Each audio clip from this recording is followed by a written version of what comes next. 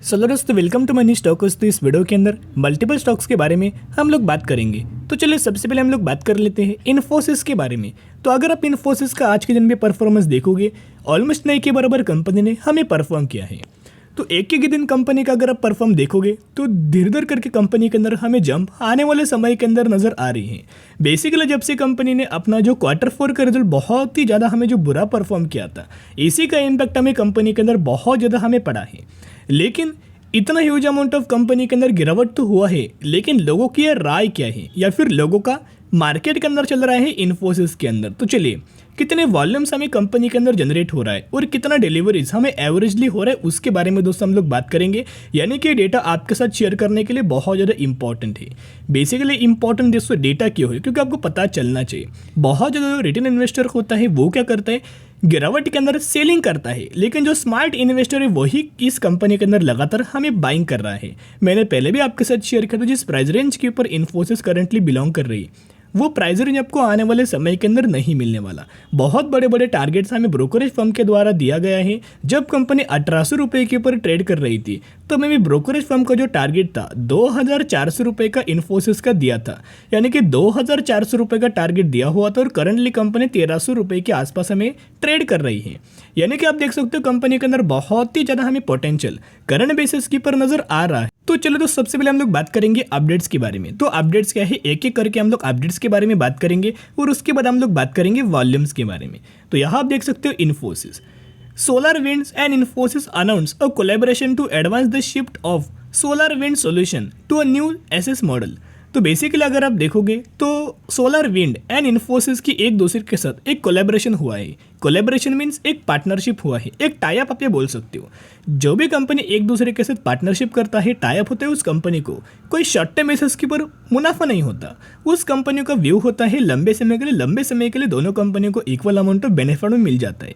अभी SolarWinds का जो बेनिफिट है इन्फोसिस को मिलेगा और इन्फोसिस की तरफ से बेनिफिट हमें SolarWinds को मिल जाएगा। और अगर आप इन्फोसिस के अंदर लंबे समय के लिए निवेश करेंगे तो इन्फोसिस इनके शेयर होल्डर्स को भी इसका बेनिफिट दे देगा। यानी कि बहुत सारे लोगों का एक प्रेडिक्शन होता है, एक्सपेक्टेशंस होता है। अभी तो कंपनी के अंदर पार्टनरशिप होगा, अभी कंपनी के अंदर डायरेक्टली आपको अपर सर्किट लग जाएगा। ऐसे दोस्तों स्टॉक मार्केट के अंदर काम नहीं होता। ये हर एक चीज़ें आपको पेनी स्टॉक्स के अंदर नजर आ जाती है। आपको सडन अपर या सर्किट के ऊपर सर्किट लगेगा, बाद में पंप्स एंड डंस सिचुएशन हमें ऐसी कंपनीज के अंदर नजर आएगी, क्योंकि पेनी स्टॉक्स जो कंपनी बिलोंग करते हैं, पेनी स्टॉक्स के ही अंदर अपर सर्किट पर upper circuit and lower circuit पर लोअर सर्किट, यही बहुत ज़्यादा रिटेल इन्वेस्टर गलती करते हैं। हमेशा दोस्तों जो आपका जो पोर्टफोलियो होना चाहिए उसमें से 2 से 3% ही आपको पेनी स्टॉक के अंदर डालना चाहिए। अगर आप नहीं डालेंगे तो भी अच्छा है, लेकिन जिन लोगों को पैसा डालना है पेनी स्टॉक्स के अंदर, तो आपका जो पोर्टफोलियो का जो टोटल वैल्यू है उसमें से 2 से 3% आप निकाल सकते हो। उतना ही अमाउंट ऐसी कंपनीज के अंदर निवेश करना, वो अगर चल भी जाए तो अच्छी खासी मुनाफा देगी। लेकिन अगर ये कंपनी डूब भी जाए, पैसा पूरा अगर कंपनी डुबा भी देगी तो भी हमें कोई यह फर्क नहीं पड़ना चाहिए। इस तरह से आप इन्वेस्ट करना चाहिए और मैक्सिमम का जो इन्वेस्टमेंट है लार्ज कैप स्टॉक के अंदर कर सकते हो। फॉर एग्जाम्पल इन्फोसिस करंटली गिरावट के अंदर मिल रहा है। Second company Reliance for example गिरावट के अंदर मिल रहा है। Third company Bajaj finance for example गिरावट के अंदर मिल रहा है। यानी कि अगर आप देखोगे ऐसी कंपनीज के अंदर गिरावट के अंदर निवेश करेंगे तो ही वो कंपनी स्पेसिफिक आने वाले सालों के अंदर मल्टी मेगा रिटर्न्स आपको मिल जाएंगे। तो आप ये देख सकते हो वॉल्यूम्स। तो बेसिकली आज के दिन का अगर आप वॉल्यूम देखोगे तो 48 लाख के आसपास हमें वॉल्यूम्स आज के दिन नजर आया है।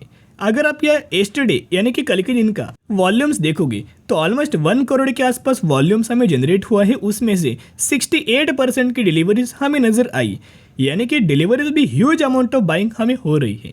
फिर पिछले एक हफ्ते का अगर आप एवरेज देखोगे तो 81 लाख के आसपास हमें वॉल्यूम्स नज़र आए और उसमें से 67% की डिलीवरीज हमें फिर से पिछले एक हफ्ते के एवरेज के अंदर हमें नज़र आ चुकी है। फिर अगर आप बेसिकली मंथ का अगर आप एवरेज करेंगे, एक मंथ का एवरेज देखोगे तो 1 करोड़ के आसपास और उसमें से 60% की डिलीवरीज हमें नज़र आ रही है। बेसिकली अगर आप कोई भी कंपनी उठा के देखेगा, जो कंपनी गिरावट के अंदर मिल रही है उस कंपनी की इतना तो वॉल्यूम्स हमें ज़्यादा दोस्तों जंप नहीं होता, या फिर उस कंपनी के अंदर हमें बेसिकली ज़्यादातर डिलीवरीज नहीं होती। लेकिन जो अच्छी कंपनी होती है, जिन लोगों को पता है, जो लोग स्मार्ट इन्वेस्टर है, वही लोग इस कंपनी के अंदर करंटली परचेस कर रहे हैं। जो लोग सिर्फ स्टॉक मार्केट के अंदर कोविड के समय आए होंगे, फ्रेशर्स होंगे, उन्हीं लोगों को दोस्तों ये पता नहीं, ये बहुत ज़्यादा डर जाते हैं अगर कोई भी कंपनी के अंदर गिरावट होती है। लेकिन जो स्मार्ट इन्वेस्टर होते हैं वही लोग क्या करते हैं, गिरावट के अंदर अच्छी कंपनीज के अंदर निवेश करते हैं। फॉर एग्जाम्पल इन्फोसिस, और इन्फोसिस जो आपको कंपनी बिलोंग कर रही है इस प्राइस रेंज के अंदर, क्या जो सिचुएशन करंटली इन्फोसिस के अंदर, जो निगेटिविटी जो इन्फोसिस के अंदर नजर आई है वो शॉर्ट टर्म बेसिस के ऊपर होने वाली है। लंबे समय के लिए दोस्तों ये कोई हमें होने नहीं वाला, इतना पॉइंट नोट करना।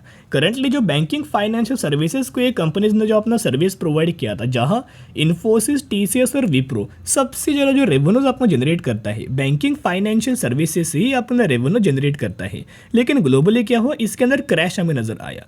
अगर क्रैश नजर आएगा तो इनका सेल्स के अंदर भी डाउनफॉल आएगा, और सेल्स के अंदर अगर डाउनफॉल आया तो ओवरऑल पैरामीटर्स के अंदर भी डाउनफॉल नजर आएगा। तो जरूर कंपनी को लंबे समय के लिए होल्ड करना। अभी कितना हमें लंबा इस कंपनी को होल्ड करना चाहिए, अगर हम इस कंपनी के अंदर लंबे समय के लिए होल्ड करेंगे कितने % का कंपनी हमें रिटर्न प्रोवाइड कर सकती है, बहुत सारे लोगों को ये मानना होता है।